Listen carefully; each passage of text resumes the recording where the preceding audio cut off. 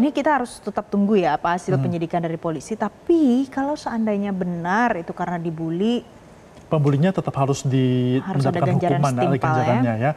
Dan semoga saja ini bisa diusut dan juga kita lihat ke depannya agar menjadi contoh tidak ada lagi pembulian di dunia pendidikan di Indonesia. Nah selanjutnya ini bukan kasus pembulian tapi ada yang terkena akan disanksi ya kalau misalnya memang dugaannya benar. Ini karena naik jet pribadi ya? Karena naik jet pribadi, Valen. Harus berhati-hati ya sekarang ya bagi Anda pemangku kebijakan dalam bersikap dan juga mengambil keputusan kalau Dewan Kehormatan Penyelenggara Pemilu atau DKPP menjatuhkan sanksi peringatan keras kepada Ketua KPU RI dan juga 4 anggota KPU serta Sekjen KPU karena mereka ini terbukti melanggar kode etik terkait dengan pengadaan sewa jet pribadi saat penyelenggaraan Pemilu 2024. Mewah ya Valen ya. Apa perlu harus naik jet pribadi? Oke pemirsa kita lihat ya. Jadi ini sanksi yang dibacakan oleh Dewan Kehormatan Penyelenggara Pemilu DKPP dalam sidang pembacaan putusan tanggal 21 Oktober 2025. Nah, soal pengadaan private jet atau jet pribadi itu direncanakan untuk melakukan pemantauan dan memastikan distribusi logistik pemilu tahun 2024 di sejumlah daerah termasuk dalam kategori tertinggal, terdepan, terluar atau 3T. Namun jet pribadi tersebut tidak digunakan oleh para komisioner KPU sesuai peruntukannya. DKPP menyatakan kalau penggunaan private jet dilakukan sebanyak 59 kali dan tidak digunakan untuk ke daerah 3T. Memutuskan bahwa menurut Teradu 1 sampai dengan Teradu 5 dan Teradu 7, salah satu pertimbangan penggunaan private jet adalah masa kampanye pada pemilu tahun 2004 hanya berlangsung 75 hari, lebih singkat dibandingkan dengan masa kampanye pada pemilu tahun 2019 berlangsung selama 203 hari. Bahwa Teradu 1 sampai dengan Teradu 5 dan Teradu 7 menganggap sempitnya masa kampanye pemilu tahun 2004 untuk pengadaan dan distribusi logistik pemilu sehingga pilihan moda transportasi reguler dipandang tidak kompatibel. Teradu 1 juga menyampaikan bahwa penggunaan private jet dirancang untuk memantau dan memastikan logistik pemilu tahun 2024 di daerah 3T, yaitu tertinggal, terdepan, dan terluar.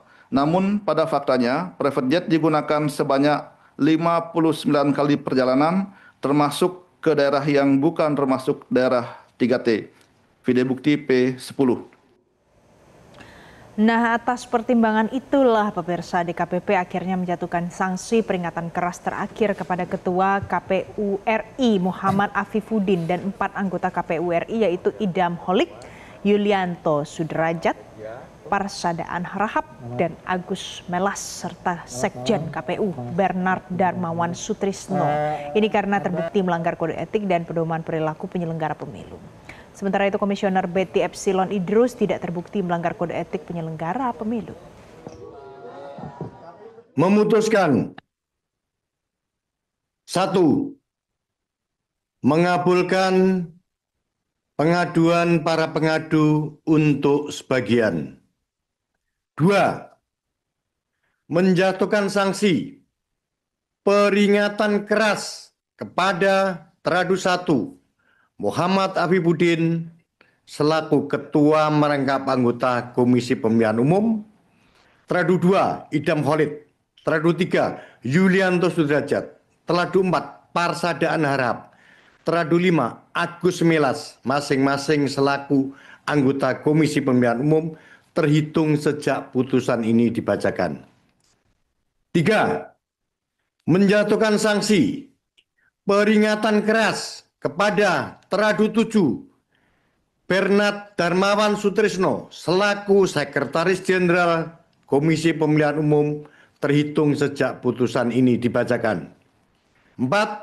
Merehabilitasi nama baik Teradu 6 Betty Epsilon Idrus selaku selaku anggota Komisi Pemilihan Umum terhitung sejak putusan ini dibacakan.